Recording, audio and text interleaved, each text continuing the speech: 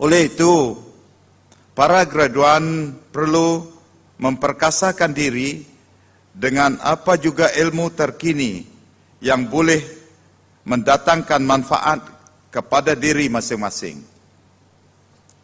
Ia secara langsung dapat meningkatkan kecemerlangan, pengetahuan, kemahiran yang menjurus kepada pembentukan individu yang berkepimpinan yang akhirnya mampu memimpin dan mendidik anak bangsa. Dengan convocation tahun ini, saya dimaklumkan bahawa jumlah graduan yang telah dilahirkan sejak penubuhan IKN pada tahun 2001 kini mencecah 1,479 orang kesemuanya, yaitu 721 orang di peringkat diploma dan 759 orang di peringkat sijil.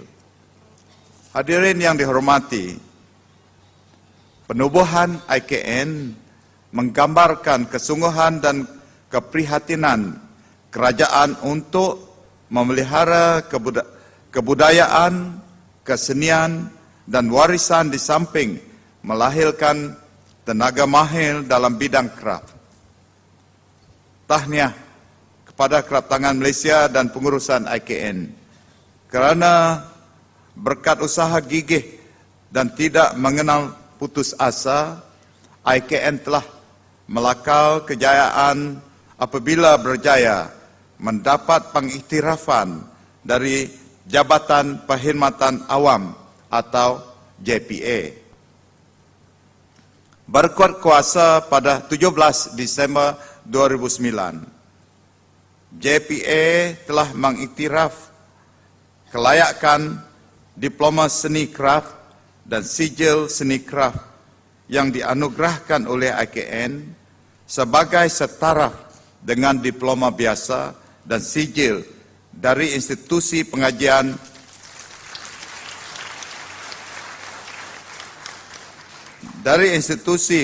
tinggi awam tempatan.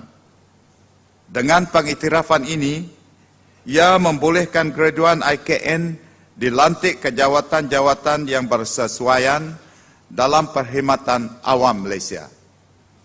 Tahniah sekali lagi kepada IKN. Pengiktirafan ini merupakan petanda baik kepada perkembangan industri kraft negara. Saya yakin dengan pengiktirafan ini, bilangan kemasukan pelajar akan turut bertambah dari semasa ke semasa.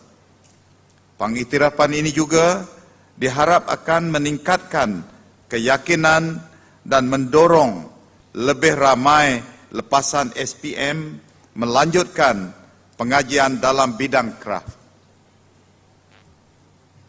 Justru, publicity yang lebih agresif perlu dilaksanakan bermula dari peringkat sekolah bagi memperkenalkan IKN kepada masyarakat dan juga bagi menarik lebih ramai pelajar lepasan SPM menyambung pengajian ke IKN.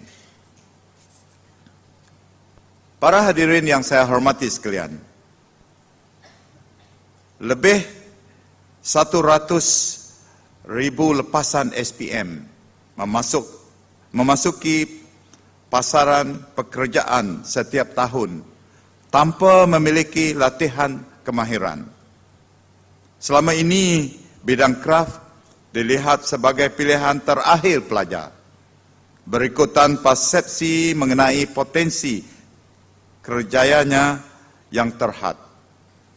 Persepsi ini harus disangkal kerana pendidikan kraft menyediakan landasan alternatif yang baik bagi pelajar merealisasikan potensi, kecenderungan, minat serta kemahiran diri mereka.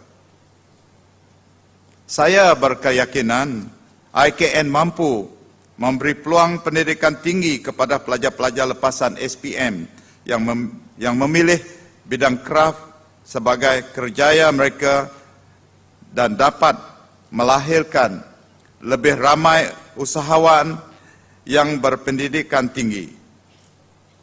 Persepsi masyarakat yang beranggapan bahawa kegiatan industri kraft sebagai satu perusahaan sampingan atau hobi semata-mata perlu diubah. Masyarakat perlu diberi kesedaran mengenai kepentingan pengajian seni kraft serta kewujudan IKN sebagai pusat kecemerlangan pendidikan kraft.